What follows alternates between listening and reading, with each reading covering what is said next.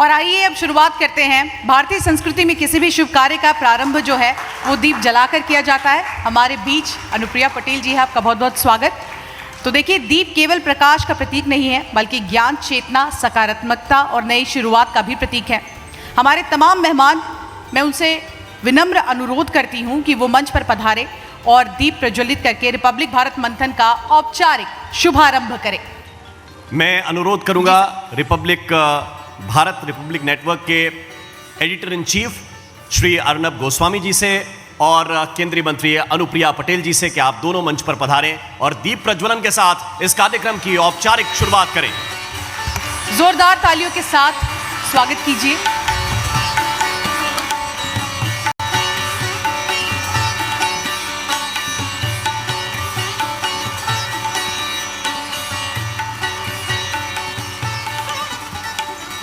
मुझे पूर्व प्रधानमंत्री अटल बिहारी वाजपेयी जी की कुछ पंक्तियां याद आ रही हैं।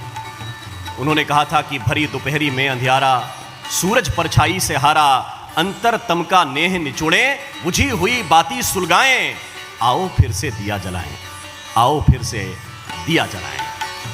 और दीप की ये ज्योति हम सभी के विचारों को एक नई ऊर्जा और नई दिशा भी प्रदान करेगी। इसी कामना के साथ अब देखिए, आज औपचारिक तौर पर हम इस कार्यक्रम की शुरुआत करते हैं।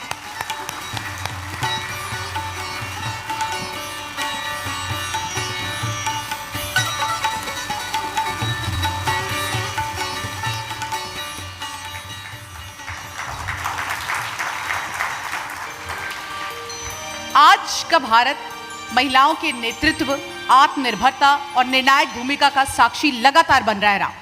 राजनीति हो, प्रशासन हो या फिर समाज सेवा, महिलाओं ने हर क्षेत्र में अपनी छाप छोड़ी है। कदम से कदम मिलाकर अपनी मजबूती के साथ पहचान बनाई है और इस बदलते भारत की कहानी और महिला सशक्तिकरण की दिशा पर एक खास चर्चा होने जा रही है, जिसके लिए आप सभी इंतजार कर रहे थे। राम और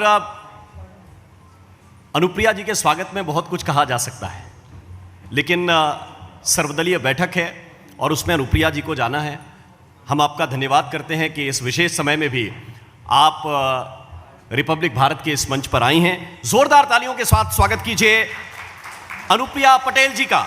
राष्ट्रीय अध्यक्ष हैं अपना दल की और केंद्रीय स्वास्थ्य एवं परिवार कल्याण राज्य मंत्री हैं। मैं चाहता हूं कि मैम आप प्लीज मंच पर आएं और इस सत्र को होस्ट करेंगे मेरे सहयोगी मृदुल शर्मा। मृदुल प्लीज।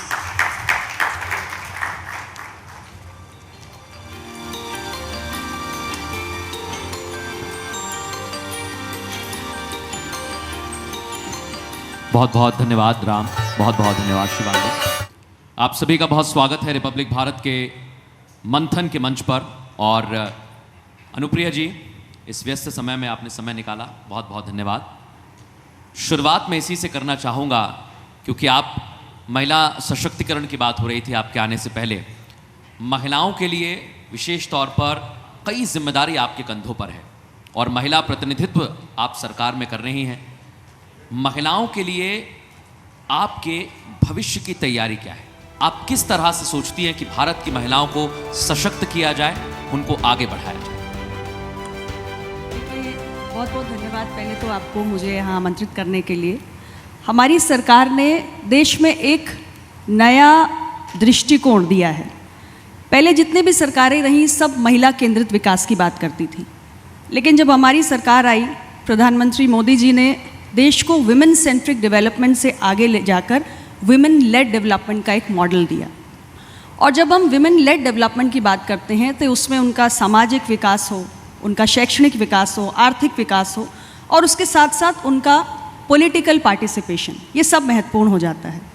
मुझे प्रधानमंत्री जी के साथ काम करने का मौका मिला और स्वास्थ्य जैसा अहम मंत्रालय जिसमें मैं माननीय नड्डा जी के साथ जिम्मेदारी निभा रही हूँ, उसमें हमने ये तय किया कि महिलाओं के स्वास्थ्य को हमें दुरुस्त करना है, क्योंकि स्वस्थ महिलाएं ही एक प्रोडक्टिव वर्कफोर्स हो सकती हैं।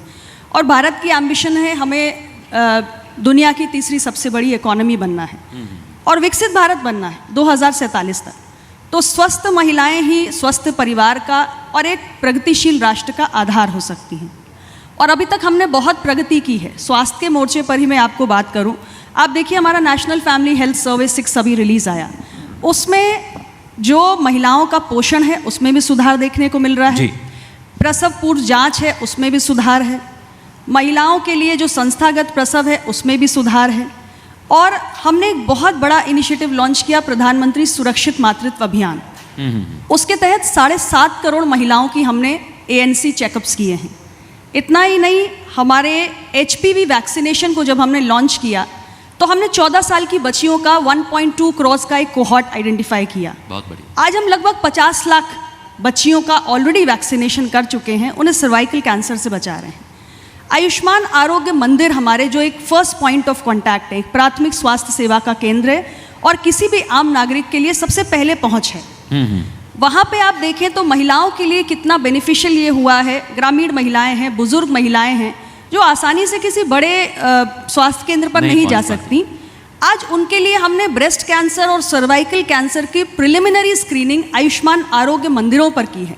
16 करोड़ महिलाओं की ब्रेस्ट कैंसर की जांच की जा चुकी है, 9.5 करोड़ महिलाओं की हमारी सर्वाइकल कैंसर की जांच की जा चुकी है। तो इस तरीके से स्वास्थ्य की दृष्टि से महिलाएं स्वस्थ हों और देश की प्रगति में योगदान दें, इसके लिए निरंतर काम चल रहा है। और पोषण अभियान मैंने जिसका जिक्र किया, आज महिलाओं के पोषण में सुधार हुआ है और स्वस्थ महिलाएं आगे बढ़कर ज़्यादा कंट्रीब्यूशन कर रही हैं।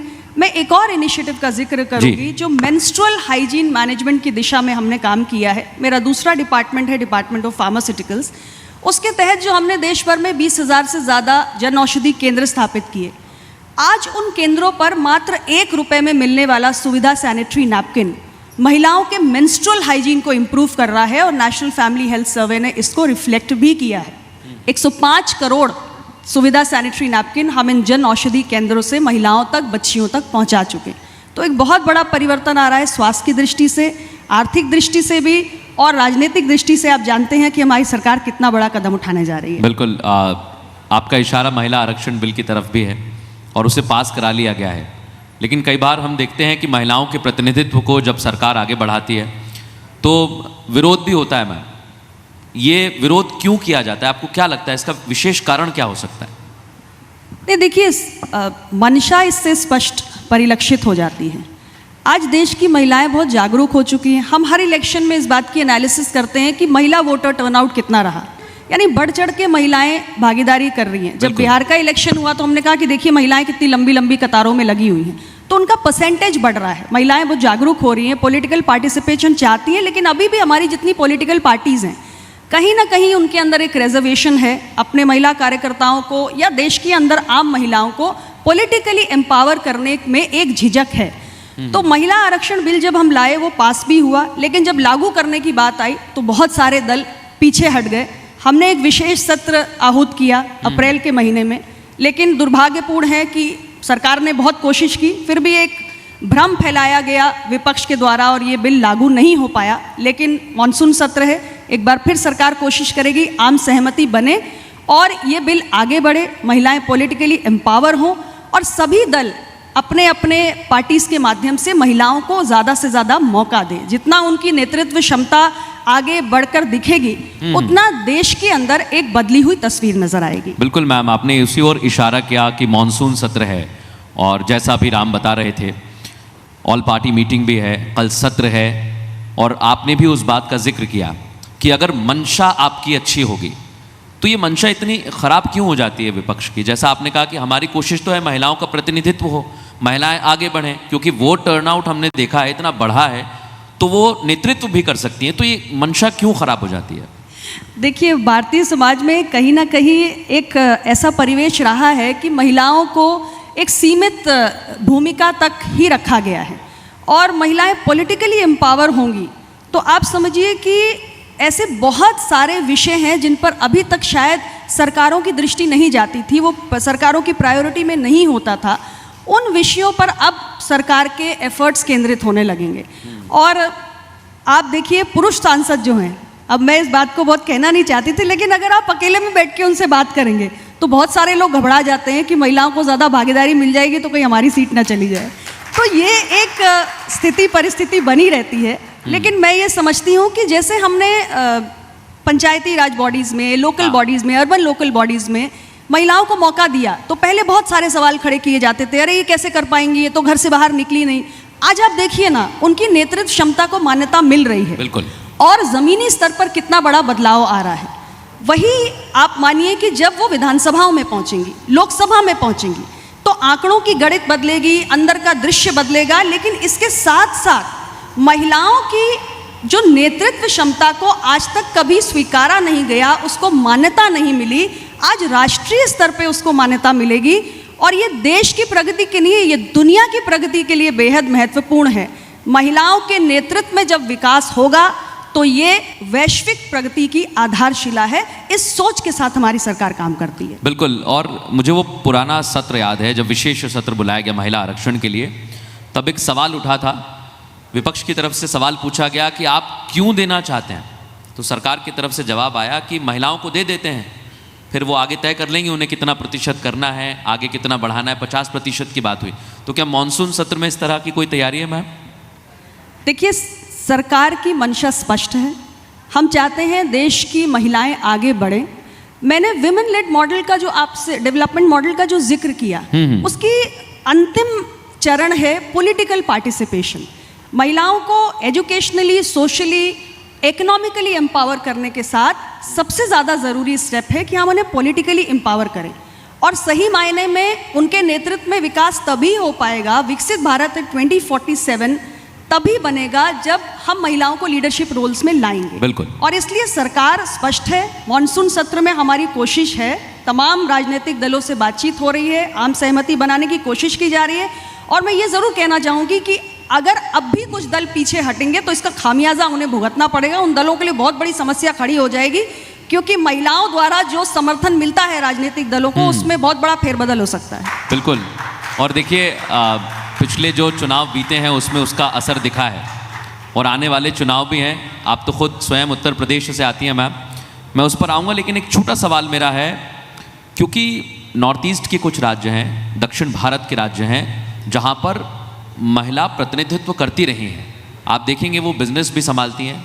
आपके बारे में भी यही चर्चा है कि आप भी कोशिश करती हैं कि सभी को साथ लेकर चला जाए। तो क्या दक्षिण भारत और उत्तर भारत जैसा विपक्ष इनमें डिवाइड करने की कोशिश करता है कि आप महिलाओं को प्रतिनिधित्व इसलिए नहीं देना चाह रहे हैं या इसलिए देना चाह रहे हैं कि आप परिसीमन करना चाह रहे हैं, वोट परसेंटेज बढ़ाना चाह रहे हैं? ये डर क्यों बढ़ाया जाता है? देखिए, परिसीमन को लेकर मैं एक बात स्पष्ट कर दूं। आप परिसीमन को कब तक टालेंगे? परिसीमन से कब तक भागेंगे? देश की आबादी कई गुना बढ़ चुकी है, और कई लोकसभा क्षेत्रों को आप देखिए, उसमें 2 गुना 3 गुना वोटर साइज हो गया है। अब मैं भी एक लोकसभा क्षेत्र का, मिर्जापुर का प्रतिनिधित्व करती हूँ। मेरा वोटर साइज कितना बड़ा है ये तय करता है कि मैं कितने लोगों से सीधे तौर पर संपर्क कर पाती हूँ। तो जैसे जैसे कई इतने कॉन्स्टिट्यूएंसीज हैं, मुझे याद है माननीय गृह मंत्री जी ने संसद में खड़े होकर कहा था कि 27 लाख 20 लाख से ऊपर पॉपुलेशन पहुंच गई है। हाँ। क्या एक एमपी जस्टिस कर सकता है अपने वोटर के साथ? और एक सिद्धांत पे हम चलते हैं, 1 सिटीजन 1 वोट 1 वैल्यू। तो कैसे एक कॉन्स्टिट्यूएंसी का साइज बहुत बड़ा है, एक कॉन्स्टिट्यूएंसी का कम है, तो इस सिद्धांत का उल्लंघन तो होगा ही। साथ में जैसे जैसे हम आबादी बढ़ेगी, हमें SC ST सीटें भी बढ़ानी है, और महिला आरक्षण भी अगर हमें सही मायने में लागू करना है तो हमें सीटें बढ़ानी पड़ेंगी, जिसके लिए परिसीमन ज़रूरी है। तो परिसीमन को लेकर जो ये अनावश्यक भ्रम फैलाया जा रहा है, इससे मैं ज़रूर चाहूँगी कि देश का आम नागरिक इसको स्पष्टता से समझे कि ये आज समय की मांग है, देश की ज़रूरत है, और महिलाओं के नेतृत्व वाले विकास को आगे बढ़ाने के लिए, SC ST की सीट्स की संख्या बढ़ाने के लिए ये ज़रूरी है। आप स्वयं उत्तर प्रदेश से आती हैं, आपने अभी बताया। विपक्ष कहता है कि पुराने जितने भी चुनाव है उसमें महिलाओं को साधने की कोशिश की जाती है, और ये महिला आरक्षण बिल भी इसीलिए लाया जाता है। हर बार कोई ना कोई चुनाव का बहाना बना जाता है। अब यूपी में चुनाव है, आने वाले 6 महीने बाद चुनाव होने वाला है। तो क्या विपक्ष जैसा आरोप लगा रहा है उसमें सत्यता है कि नहीं, ये तो चुनावी फायदे के लिए? मैं विपक्ष को पूछना चाहती हूँ, देश की आधी आबादी महिला है या नहीं है? आप कब तक टालेंगे? 3 दशक से आप महिलाओं के प्रतिनिधित्व को टाल रहे हैं। कब तक आप उन्हें पीछे रखना चाहते हैं? और दूसरी बात, भारत दुनिया की सबसे बड़ी डेमोक्रेसी है। बिल्कुल। और हमारे यहाँ तो हर साल चुनाव है, आज इस राज्य में है, कल उस राज्य में है। तो क्या ये चुनाव कोई ऐसा कारण बन सकता है कि हम महिलाओं के प्रतिनिधित्व को रोक सके? किसी ना किसी राज्य का या देश का चुनाव, ये तो रेगुलर प्रक्रिया है, चलती रहेगी। लेकिन आप कभी गंभीर होंगे या नहीं होंगे महिलाओं को प्रतिनिधित्व देने के लिए? और अगर हैं देन कम विद अस, हमारे साथ मिलकर इस काम को आप अंतिम कंक्लूजन तक पहुंचाइए। तो मेरी अपील रहेगी सभी विपक्षी दलों से। मैम, कई सांसद जो हैं आप लोगों के साथ आए, और कुछ ऐसे भी हैं जो दबी ज़बान में साथ रहते हैं लेकिन किसी डर की वजह से आगे नहीं आ पाते हैं।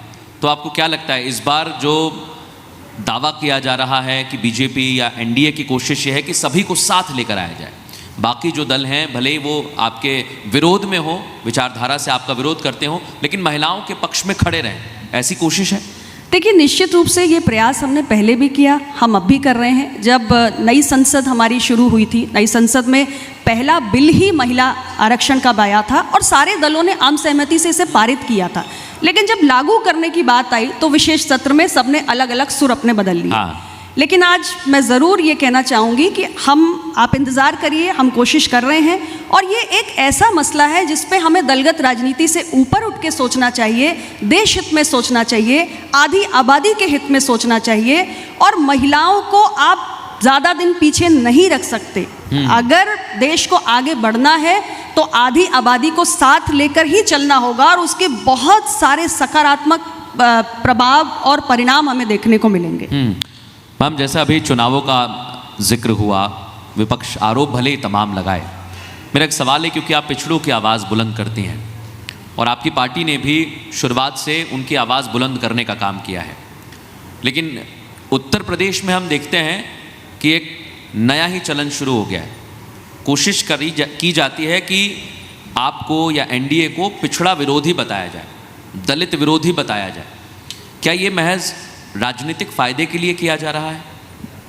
देखिए, ये सच है कि जो राजनीतिक दल आज ये सवाल उठा रहे हैं वो सत्ता से लंबे समय से बाहर हैं, और पिछड़े हों, दलित हों, कमज़ोर हों, वंचित हों, उनकी याद उन्हें तभी आती है जब वो सत्ता से बाहर हो जाते हैं, और इसलिए आज ये सवाल उठाया जाता है। लेकिन आप हमारी सरकार का 12 साल का ट्रैक रिकॉर्ड देखिए। प्रधानमंत्री नरेंद्र मोदी जी की कैबिनेट में आप किसी भी पहले की सरकार से अगर आप तुलना करके देखें तो उन्होंने अपने मंत्री परिषद में पिछड़े और दलित समाज से आने वाले जो राजनीतिक कार्यकर्ता हैं, जो एमपीज हैं, उनको मौका दिया है। बिल्कुल। और मैं सबसे ज़्यादा प्रशंसा करना चाहती हूँ, एनडीए ने एक संदेश जो पूरे देश में दिया कि भारत दुनिया का सबसे बड़ा लोकतंत्र है और इस लोकतंत्र के सर्वोच्च संवैधानिक पद पर यदि कोई विराजमान होगा तो वो हमारे जनजाति समुदाय का व्यक्ति होगा। ये संदेश अपने आप में बहुत बड़ा है। और मैं आपको एक एग्जाम्पल देना चाहती हूँ। मैंने एक विषय था, माननीय प्रधानमंत्री जी के समक्ष उठाया था, जो हमारी नीट की परीक्षा होती थी उसमें ओबीसी का रिजर्वेशन लागू नहीं होता था। इस विषय को प्रधानमंत्री जी के संज्ञान में लाया था और बहुत ही कम समय में प्रधानमंत्री जी ने इसका समाधान किया था। तो ऐसे बहुत सारे मसले हैं जिनका समाधान हमारी सरकार ने किया। इसलिए विपक्ष का ऐसा कहना, ये मैं समझती हूँ कि सिर्फ एक चुनावी जुमले की तरह ये बात की जाती है, और जो हमारा व्यापक स्तर से काम रहा है उसका असर आज समाज में है। और इसीलिए एक के बाद एक चुनाव आप देखिए, लगातार लोगों के विश्वास की मोहर एनडीए गठबंधन पर लग रही है। और 2027 का जो चुनाव है उसको लेकर भी मैं बहुत आशान्वित हूँ। हम 2017 जीते, 22 जीते और 27 हम और धमाकेदार अंदाज में जीतेंगे। आज मैं आपके चैनल पे कह के जा रही हूँ। ये ब्रेकिंग न्यूज़ है, अभी ऐलान कर दिया है मैम ने कि 27 में जीतेंगे। तो मैम, अभी समाजवादी पार्टी एक रथ यात्रा निकाल रही है। रथ यात्रा का नाम है पीडीए रथ यात्रा। तो ये पीडीए की बात कहते हैं। क्या आपको लगता है कि सिर्फ समाजवादी पार्टी या विपक्ष दलितों के लिए, पिछड़ों के उत्थान की सिर्फ बातें करता है? ये सिर्फ राजनीतिक फ़ायदा उठाना चाहते हैं? इसमें तो कोई संदेह ही नहीं है कि आप जब सत्ता से बाहर आते हैं तो आप पिछड़ों दलितों का रोना रोने लगते हैं। जब आपकी अपनी सरकार थी राज्य के अंदर, तब पीडीए कहाँ था? अब मैं आपको एक उदाहरण दूंगी। मेरी पार्टी ने हमेशा, जब भारतीय जनता पार्टी भी इसकी बात नहीं करती थी, मेरी पार्टी ने लगातार कास्ट सेंसस का मसला उठाया। बिल्कुल। बिहार में माननीय नीतीश कुमार जी की सरकार थी, वो एनडीए का अंग थे, उन्होंने राज्य के अंदर कास्ट सेंसस कराया। मैं पूछना चाहती हूँ, समाजवादी पार्टी की भी तो सरकार रही 4-4 बार। हाँ। आपको पिछड़ों दलितों की इतनी चिंता है, आपने राज्य में कास्ट सेंसस क्यों नहीं कराया? लेकिन माननीय प्रधानमंत्री जी की सरकार ने कास्ट सेंसस की घोषणा की, जो भारत के इतिहास में किसी सरकार ने हिम्मत नहीं दिखाई, वो साहस नरेंद्र मोदी जी की सरकार ने दिखाया। आज देश में कास्ट सेंसस हो रहा है। तो ये क्या बताता है कि आपके लिए ये सिर्फ एक चुनावी फायदा लेने के लिए एक आपका अस्त्र हो सकता है, लेकिन हमारे लिए नहीं, हमारे लिए प्रतिबद्धता है और हम अपने कमिटमेंट्स को पूरा करते हैं, और इसके एक नहीं अनेक उदाहरण हैं। बिल्कुल, कास्ट सेंसस की आपने बात की, इसका भी एक बड़ा मुद्दा बनाया गया। कहा गया कि ये तो राजनीतिक फायदे के लिए किया जा रहा है। कास्ट सेंसस में ऐसा भी किया गया कि जातियों में बांटने की कोशिश की गई मैम, और आपने देखा है ये कोशिश, ये महज एक कोशिश नहीं है। आप गांव में जाकर देखेंगे तो लोगों के बीच में ये चर्चा का विषय रहा। आपको क्या लगता है, जातिगत जनगणना होनी चाहिए इस देश में, लेकिन जो नेगेटिव परसेप्शन बनाया गया, जिसकी जितनी हिस्सेदारी उसकी उतनी भागीदारी, इस तरह के नारों से क्या माहौल खराब नहीं होता है? नहीं, देखिए, जिसकी जितनी संख्या भारी उसकी उतनी हिस्सेदारी, ये मेरी पार्टी भी कहती है। हम साथ में ये भी कहते हैं कि जिसकी जितनी हिस्सेदारी उसकी उतनी जिम्मेदारी। कास्ट सेंसस को लेकर एक नेगेटिव परसेप्शन भले ही समाज में कुछ लोग बना सकते हैं, लेकिन भारतीय समाज बहुत विविध है। अलग अलग जाति समुदाय के लोग तो यहाँ सदियों से रह रहे हैं।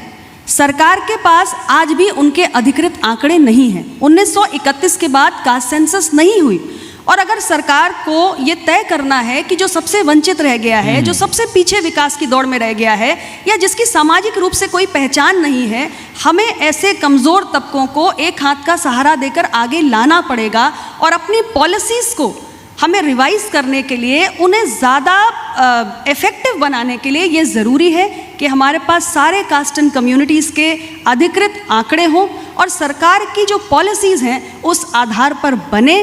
तो ये एक नेशन बिल्डिंग, या मैं समझती हूँ कि भारत की मजबूती की दिशा में उठाया गया कदम है, और इस कदम को उठाने के लिए, इस निर्णय को करने के लिए जो साहस की आवश्यकता थी, वो साहस प्रधानमंत्री नरेंद्र मोदी की सरकार ने दिखाया है। बिल्कुल मैम, आपने मुखरता से अपनी बात रखी है, लेकिन जो विभाग आपके पास है, क्या आपको लगता है सोशल जस्टिस का जो मुद्दा उठाया जाता है, सामाजिक न्याय का, वो आपके रहते हुए, एनडीए के रहते हुए बेहतर हुआ है पहले की अपेक्षा? बिल्कुल, आप कंपेयर कर लीजिए पुरानी तमाम सरकारों को और हमारी सरकार के ट्रैक रिकॉर्ड को। आज हमारी सरकार ने ऐसे कई फैसले किए हैं। मैं एक और एग्जाम्पल आपको दूंगी कि जब यूपीए की सरकार थी, तब भी जो हमारा नेशनल बैकवर्ड कमीशन है, राष्ट्रीय पिछड़ा वर्ग आयोग को लगातार ये मसला उठता था पार्लियामेंट के अंदर कि उसको कॉन्स्टिट्यूशनल स्टेटस नहीं है, और जब तक आप संवैधानिक दर्जा नहीं देंगे उसके पास कोई शक्तियाँ रह नहीं जाएंगी। सालों साल ये मसला उठता रहा। तो अगर सामाजिक न्याय की किसी को चिंता थी, तो आपको किसने रोका था? आप कॉन्स्टिट्यूशनल अमेंडमेंट कर देते, उसको कॉन्स्टिट्यूशनल स्टेटस दे देते। आपने नहीं किया, लेकिन प्रधानमंत्री नरेंद्र मोदी जी की सरकार ने ये किया है, और एक ने कई फैसले किए। मैंने आपको एक एक करके गिनाया, और सबसे बड़ा और ऐतिहासिक फैसला मैं कहती हूँ कि कास्ट सेंसस की घोषणा है जो मोदी जी की सरकार ने की है, जो तमाम सरकारें नहीं कर पाई। लेकिन कास्ट सेंसस आप करते हैं, और वो आप पर आरोप लगाते हैं कि आप तो सिर्फ 2/3 करना चाहते हैं, परिसीमन करना चाहते हैं, बांटना चाहते हैं। इस तरह के आरोपों को आप कैसे देखते हैं? जी, मैंने परिसीमन के विषय में जो मेरा अपना राय थी वो मैंने स्पष्ट की। आप परिसीमन को ज़्यादा दिन आप रोक नहीं सकते, और आपको परिसीमन करना ही पड़ेगा। जहाँ तक कास्ट सेंसस की बात है, उसको भी मैंने स्पष्ट रूप से बताया, और मुझे लगता है कि बहुत सारे राजनीतिक दल जो स्वयं नहीं कर पाए, तो अब उनके अंदर ये भी असुरक्षा का भाव है कि अरे ये तो इस मसले पर तो शायद हम सरकार को घेर सकते थे, लेकिन सरकार ने तो यहाँ भी हमारी हवा निकाल दी, तो अब उनके पास कहने के लिए कुछ बचा नहीं है। और अनुप्रिया जी, आपको याद होगा प्रधानमंत्री नरेंद्र मोदी ने कहा, मैं दर्शकों को बता दूं, उन्होंने कहा आपको क्रेडिट लेना है तो ले लीजिए। तो ये क्रेडिट की होड़ लगी हुई है क्या मैम? नहीं, बिल्कुल आपने सही बात कह दी। मैंने आपसे कहा ना कि उन्हें लगा कि एक तो मसला था, हमें लग रहा था कि सरकार को घेर रहे हैं, तो सरकार ने हमें क्लीन बोल्ड कर दिया। ये फैसला भी नरेंद्र मोदी सरकार ने कर दिया। अब क्या क्या कोरोना लेकर हम लोगों के बीच में जाएंगे? मैम, आपके पास एक और महत्वपूर्ण विभाग है, और जो आप लोगों से जुड़ा हुआ है वो है स्वास्थ्य का। कुछ सवाल हैं मेरे, क्योंकि हम जब आम लोगों के बीच में जाते हैं, हमारी जिम्मेदारी होती है। स्वास्थ्य के क्षेत्र में कई बार हमने देखा, आपने जन औषधि की बात की थी शुरुआती चर्चा में, आयुष्मान योजना एक बहुत बड़ी योजना है, लेकिन उन योजनाओं को रोका जाता है। क्या आपके पास ऐसी रिपोर्ट्स भी आती हैं? जैसे हमने पश्चिम बंगाल का उदाहरण देखा, जब तक सरकार रही वो योजना लागू नहीं हुई, सरकार बदली, उसको लागू किया गया। तो इन योजनाओं को रोकने के पीछे की मंशा क्या हो सकती है? देखिए, मैं समझती हूँ कि ये बहुत ही छोटी सोच है। आयुष्मान भारत प्रधानमंत्री जन आरोग्य योजना का उद्देश्य क्या है? इसका उद्देश्य है कि देश के अंदर करोड़ों गरीब लोग ऐसे हैं कि अगर उनके परिवार में किसी को कोई गंभीर रोग हो जाता है तो वो केवल इसलिए इलाज नहीं करवाते क्योंकि उनके पास उस इलाज के खर्च को वहन करने की शक्ति और सामर्थ्य नहीं है। ये योजना हम इसलिए लाए कि हमें आउट ऑफ पॉकेट एक्सपेंसेस को कम करना है और ऐसे तमाम परिवार जो किसी गंभीर बीमारी के कारण गरीबी में चले जाते हैं उनको बचाना है। और इस योजना ने देश भर के अंदर नागरिकों को संबल प्रदान किया। लेकिन ऐसे कई राज्य थे, जैसे जब उड़ीसा था या दिल्ली या पश्चिम बंगाल, इन 3 राज्यों में लाख प्रयासों के बावजूद यहाँ की सरकारें लागू नहीं कर रही थी क्योंकि उन्हें लग रहा था कि एक गरीब व्यक्ति को अगर मुफ्त इलाज की 5 लाख रुपए के मुफ्त इलाज की सुविधा मिल जाएगी तो वो तो केंद्र सरकार की जय जयकार करने लगेगा। और हम कह रहे थे कि आप इस सोच से ऊपर उठिए। आपके राज्य की सीमाओं में एक गरीब तड़प रहा है, उसके परिवार का कोई व्यक्ति अपना जीवन गंवा रहा है क्योंकि इलाज के पैसे नहीं हैं। वो परिवार गरीबी में खिसक के जा रहा है, अपनी ज़मीन जायदाद बेच रहा है, महिलाएं अपना गहना बेच रही हैं। उस परिवार की तकलीफ को समझिए। लेकिन जब सत्ता लोलुपता अधिक हो जाती है तो कहीं ना कहीं जन संवेदनाओं में गिरावट आती है। तो ऐसे राजनीतिक दल या ऐसी सरकारें जो जनहित से पहले अपनी सत्ता से प्रेम करते हैं तो ऐसी योजनाओं का क्रियान्वयन प्रभावित होता है। लेकिन मैं समझती हूँ बुरे दिन कट गए हैं, चाहे दिल्ली हो, चाहे उड़ीसा हो, चाहे पश्चिम बंगाल हो। हमने इस योजना को लागू किया है और मुझे खुशी है कि आज इस योजना के तहत 12 करोड़ से ज़्यादा गरीब लोगों का हम इलाज कर चुके हैं। 1.82 लाख बड़ी करोड़, बात है ये। इतनी बड़ी धनराशि सरकार ने लोगों के इलाज में खर्च की है और एक बहुत बड़ा सामाजिक बदलाव का कारण प्रधानमंत्री जन आरोग्य योजना बन रही है। ये बहुत बड़ी योजना है। देखिए मैम, योजनाएं जब बड़ी आती हैं तो आपने कभी देखा है कि फ़ायदा उसका मिलता है? और वो हो सकता है सरकार अगर कोई योजना लाती है उसका फ़ायदा मिलता है, चाहे वो लाडली लक्ष्मी योजना हो, हमने तमाम राज्यों में देखा, या फिर उज्ज्वला योजना हो, हमने पिछले उत्तर प्रदेश के चुनाव में देखा। तो क्या आपको लगता है कि इस तरह की योजनाएं जब सामने आती हैं तो इसका फ़ायदा अगर मिलता है तो गलत नहीं है? वो भले ही मंशा उसकी अच्छी है, अगर उसका फ़ायदा मिल रहा है तो उसमें गलत नहीं है। सरकार का दायित्व क्या है? जनता ने आपको अपने विश्वास के साथ एक वोट दिया है। किस लिए दिया है? आप उसके जीवन में सुधार लाएं। और अगर हम एक स्पष्ट नीति और नियत के साथ काम करते हैं और जनता की ईज ऑफ लिविंग को बढ़ाने की कोशिश करते हैं, उनके जीवन को बेहतर बनाने के लिए कोई योजनाएं लाते हैं, तो मुझे लगता है कि हमारी मॉरल ड्यूटी है। इसी के लिए हम वोट लेकर सत्ता में आए हैं। और निश्चित रूप से जन समर्थन तो आपकी योजनाओं से लोगों के जीवन में क्या व्यापक बदलाव आया, ये उसका आधार है। बिल्कुल आधार। और इसीलिए आपको मिलेगा। तो किसी पॉलिटिकल पार्टी को हमने रोका थोड़ी ना है। हम सब जनता का वोट लेकर आए हैं और हमारा कर्तव्य बनता है, हमारा ये धर्म है कि हम जनता के हित के लिए काम करें। और जितना जो पॉलिटिकल पार्टीज, जो सरकारें जनहित को सर्वोपरि रख के काम करेंगे तो निश्चित रूप से जनता का आशीर्वाद मिलता रहेगा, जैसे हमारे गठबंधन को मिल रहा है। बहुत अच्छी बात है। मैं छात्रों का एक सवाल करना चाहता हूँ। कॉलेजेस में MBBS सीटों को लेकर प्रगति आपका डिपार्टमेंट कर रहा है। क्या आने वाले भविष्य में सीटें बढ़ाई जाएंगी? अभी जितनी हैं उन्हें भी कम आंका जाता है क्योंकि कई आबादी है और उस पर एक डॉक्टर है। तो उस दिशा में क्या कार्य कर रहे हैं आप? आपने बहुत अच्छा प्रश्न पूछा। भारत की आबादी आज दुनिया में नंबर 1 हो चुकी है, 146 करोड़। और सिर्फ आबादी का साइज ही नहीं, हमारे देश की आप भौगोलिक विविधता को देखिए, भौगोलिक चुनौतियों को देखिए। और ग्रामीण या आदिवासी इलाके जो हैं, दूरस्थ इलाके हैं, वहाँ आज भी एक स्पेशलिस्ट मिलना मुश्किल होता है। लेकिन हमने यूनिवर्सल हेल्थ कवरेज का लक्ष्य निर्धारित किया है। यानी कि देश के हर नागरिक को हमें अफोर्डेबल और क्वालिटी हेल्थ केयर की एक्सेस सुनिश्चित करनी है। और इसके लिए ज़रूरी है कि हमारे हेल्थ केयर प्रोफेशनल्स बढ़ें। इसलिए जो UG की सीट्स हैं वो 12 साल पहले 51,000 हुआ करती थी, आज बढ़ के 1,29,000 हो गई हैं। PG की सीट्स जिससे स्पेशलिस्ट तैयार होंगे 31,000 हुआ करती थी, आज 85,000 हो गई हैं। प्रधानमंत्री जी ने लाल किले से घोषणा की थी 15,000 सीटें हम और जोड़ने जा रहे हैं। यानी आने वाले समय में और भी ज़्यादा डॉक्टर्स, हमें स्पेशलिस्ट डॉक्टर्स मिलने जा रहे हैं। और इसके साथ ही nursing professionals, allied health care professionals और उसके साथ मल्टी स्किल्ड केयर गिवर्स, ये सब कुछ मिलने वाला है। यानी देश के अंदर मैन पावर शॉर्टेज कोई इशू नहीं रहेगा और हम टेक्नोलॉजी का भी उपयोग कर रहे हैं ताकि उन इलाकों में बैठे हुए नागरिकों तक भी हम स्वास्थ्य सेवाएं पहुंचा सकें जो चलकर एक अस्पताल तक, एक प्राथमिक स्वास्थ्य सेवा केंद्र तक नहीं पहुंच सकते हैं। तो आने वाले समय में हमारी तैयारी और पिछले 12 सालों से जो हमारा काम चल रहा है वो इसी दिशा में चल रहा है। हेल्थ केयर प्रोफेशनल्स की संख्या हमारी आबादी के अनुकूल हो और हर व्यक्ति को यूनिवर्सल हेल्थ कवरेज सुनिश्चित हो। आपकी ये दिशा में इस कार्य को वाकई और आगे बढ़ाया जाए, यह हमारी कोशिश भी है, क्योंकि हमने देखा है मैम कई राज्यों में इस तरह की जो कॉलेजेस का निर्माण किया जाता है, कई प्राइवेट यूनिवर्सिटीज़ भी होती है, वहाँ पर भी छात्र पहुँचते हैं। लेकिन विशेष तौर पर आप उत्तर प्रदेश से आते हैं, तो उत्तर प्रदेश में आपकी क्या तैयारी है? क्योंकि आने वाले वक्त में यूपी में ये भी कहा जा रहा है कि चुनाव है, तो किन मुद्दों पर चुनाव लड़ा जाएगा? आप भी एक केंद्रीय मंत्री की जिम्मेदारी निभा रही हैं, एक राज्य मंत्री के तौर पर आपके पास 2 बड़े बड़े विभाग हैं, तो आपकी जिम्मेदारी कितनी बढ़ जाती है और आपके पिटारे में क्या है भविष्य को लेकर? देखिए, निश्चित रूप से उत्तर प्रदेश का चुनाव 2027 में है और हमारा गठबंधन आज बड़ा हो चुका है। हाँ। पहले कम दल थे, अब ज़्यादा दल हो चुके हैं।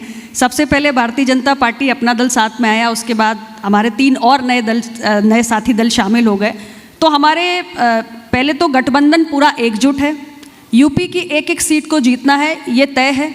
हर दल अपने गठबंधन के भी साथियों को भी जिताने की पूरी कोशिश करेगा। और सबसे बड़ा जो मसला हमारे लिए है, जिसे लेकर या मुद्दा मैं कहूँ जनता के बीच में हम जाएंगे, वो डेवलपमेंट है, विकास है। भारत सरकार, राज्य सरकार दोनों ने मिलकर एक डबल इंजन की सरकार में आज यूपी के अंदर विकास के एक नए मॉडल को तैयार किया है। यूपी को कहा जाता है कि सर्वाधिक एक्सप्रेसवेज वाला राज्य है। देश के किसी राज्य में इतने एक्सप्रेसवेज, हाईवेज नहीं है जितने उत्तर प्रदेश के अंदर हैं। हमारे एयरपोर्ट्स की संख्या पहले से कहीं अधिक हो गई है। आपके पास आज एक all India institute of medical science नहीं है, आपके पास 2 all India institute of medical sciences हैं। करोड़ों लोग आयुष्मान भारत प्रधानमंत्री जन आरोग्य योजना के लाभार्थी हैं। हर डिस्ट्रिक्ट हॉस्पिटल में एक डायलिसिस केंद्र खुला हुआ है जो PPP मॉडल पे ऑपरेट कर रहा है और किडनी के रोगियों को फ्री ऑफ कॉस्ट सर्विसेज दे रहा है। तो हमारे जो विकास का पहिया बहुत तेजी से आगे बढ़ा है, उसे लेकर हम लोगों के बीच में जाएंगे। और इसके साथ सबसे बड़ी बात, जो गरीब कल्याण की योजनाओं का असर देखने को मिल रहा है, चाहे शौचालय हो, आवास हो, बिजली का कनेक्शन हो, स्वास्थ्य का बीमा हो, बैंक का खाता हो, इन सभी योजनाओं ने एक आम नागरिक, एक गरीब व्यक्ति के जीवन में बहुत बड़ा बदलाव लाने का काम किया। और मैं समझती हूँ कि सेवा का एक उदाहरण हमने प्रस्तुत किया है। और जो भी हमने अपना काम किया है, हम अपना एक रिपोर्ट कार्ड लेकर जनता के बीच में जाएंगे। जनता अच्छे नंबर देगी, ये मुझे पूरा विश्वास है। आपने ये दावा कर दिया है कि हम सब साथ हैं, यानी जो अलग अलग तरह विपक्ष आरोप लगाता है कि यहाँ तो दल साथ नहीं है, ये दल साथ नहीं है, वो दल साथ नहीं है, आप सभी साथ हैं और 27 की तैयारी है। मैं एक आखिरी सवाल आपसे करना चाहता हूँ मैम, क्योंकि 2027 का चुनाव विशेष तौर पर रिकॉर्ड हो जाएगा, क्योंकि दूसरी बार चुनकर आए मुख्यमंत्री योगी आदित्यनाथ, तीसरी बार की तैयारी है। आप लोगों का किस तरह से योगदान रहने वाला है और अपना दल एस की क्या तैयारी है? हमारी तैयारी पूरी है। देखिए, जो पार्टियां 365 दिन जनता के बीच में हैं, जिनके कार्यकर्ता 365 दिन ज़मीन पर हैं, वो हमेशा चुनाव के लिए तैयार हैं। और मेरा कार्यकर्ताओं को संदेश स्पष्ट है कि आपको जनता के बीच में बने रहना है और मेरे कार्यकर्ता लगातार लोगों के बीच में जाते हैं। हम अपनी बैठकों में संगठन की समीक्षा नियमित रूप से करते हैं। चुनावी हमारे मुद्दे क्या होंगे, हमारी नीति क्या होगी, हमारी रणनीति क्या होगी, इन सारी बातों पे व्यापक मंथन चल रहा है। भारतीय जनता पार्टी के साथ हमारा संवाद निरंतर कायम है। अभी भारतीय जनता पार्टी के माननीय राष्ट्रीय अध्यक्ष जी विशेष तौर से उत्तर प्रदेश आए थे, सभी सहयोगी दलों से मुलाकात भी की। तो एक बेहतर सामंजस्य और समन्वय के साथ, एकजुटता के साथ ये चुनाव लड़ा जाएगा। और हमारे पार्टी ने तय किया है कि 100% स्ट्राइक रेट, इसको ध्यान में रखते हुए हम उत्तर प्रदेश के चुनाव में उतरेंगे। आपका 100% रहेगा। विरोधी तैयारी कर रहे हैं। खबर तो ये भी है कि कमरे के अंदर मुलाकातें भी हो रही हैं, सीटों पर चर्चा भी हो रही है। क्या आपको लगता है कि आपके गठबंधन के सामने उनका भी कोई गठबंधन आएगा या फिर वो टूट जाएगा हर बार की तरह? देखिए, गठबंधन हमारे उत्तर प्रदेश में बात होती है तो सपा कांग्रेस के गठबंधन की बात होती है। मैं उसी तरफ बोल, वो तो पहले भी एक एक्सपेरिमेंट हो चुका है। 2 लड़के साथ आए थे, फिर क्या हुआ था परिणाम? लोगों को पसंद नहीं आई ये जोड़ी। अभी दोबारा एक प्रयोग हो रहा है, लेकिन उनकी जो आपस की खींचतान है, हालांकि मैं मानती हूँ कि राजनीतिक दलों में गठबंधन होते हैं तो खींचतान थोड़ी सीटों को लेकर होती है, लेकिन अभी बड़े स्पष्ट रूप से दिख रही है। अगर मैं एनडीए गठबंधन की बात करूं तो हमने इतने वर्षों में, क्योंकि ये बहुत लंबा सफर रहा, हमने 5 चुनाव साथ में लड़े, 2 लोकसभा 3 विधानसभा, तो इतने लंबे दौर तक साथ रहने के कारण जमीनी स्तर पर जो अलग अलग पॉलिटिकल पार्टीज गठबंधन में शामिल हैं, उनके कार्यकर्ताओं के बीच में जो एक बॉन्डिंग, एक कोऑर्डिनेशन होना चाहिए, एक टीम स्पिरिट वाली भावना होनी चाहिए, वो डेवलप हो चुकी है। दूसरे गठबंधन की जब मैं बात करती हूँ तो ऊपर ही अंडरस्टैंडिंग नहीं बन रही तो नीचे कहाँ से बन रही है? केवल पीडीए ऐसे चुनावी नारों से आप चुनाव नहीं जीतते, आपको जमीन पर जाकर एक अंडरस्टैंडिंग बनानी पड़ती है, एक टीम वर्क करना पड़ता है, और वो कोऑर्डिनेशन, वो एक सिनर्जी मैं कहूँगी जो हमारे 5 दलों के कार्यकर्ताओं की है, वो बहुत ज़बरदस्त है, और उसका असर आप देखिएगा कितना बड़ा होने जा रहा है। आप केवल ट्विटर पे बैठिए, सोशल मीडिया पे बैठिए और आप प्रेस कॉन्फ्रेंस करिए और बयानबाजी करते रहिए, बड़ा बड़ा छप जाइए, that's not the only thing. ज़मीन पर जाकर क्या हो रहा है, ज़मीन पर क्या वाइब्रेशन उठ रही है, इसका बहुत बड़ा महत्व होता है। तो आप दावा करते हैं फिर से पूर्ण बहुमत की सरकार यूपी? 100% नहीं, 200% हम बिल्कुल एनडीए की सरकार बनाने जा रहे हैं। बिल्कुल, आपको शुभकामनाएं हैं, लेकिन मैं एक बात कहूँगा, जब भी यूपी का चुनाव होगा हम चाहेंगे मैम आप इस मंच पर फिर से पधारें और हम इसी तरह आपका साक्षात्कार करेंगे। उम्मीद हम यही करते हैं। बिल्कुल आऊँगी। आपको बहुत बहुत धन्यवाद मुझे बुलाने के लिए। बहुत बहुत धन्यवाद मैम। बहुत बहुत धन्यवाद अनुप्रिया जी। और ये सेशन आपने देखा, सत्र शुरू होने वाला है, लेकिन उससे पहले टीजर आपने रिपब्लिक भारत के इस मंच पर ही देख लिया, और अब देखना होगा जिन बातों की यहाँ पर जिक्र करती हुई मैम नजर आई, वो बातें, वो रिपोर्ट कार्ड, उसमें क्या निकलता है। बहुत बहुत धन्यवाद मैम। बहुत धन्यवाद अनुप्रिया जी। बहुत सारी बातें उन्होंने बताई उत्तर प्रदेश चुनावों से लेकर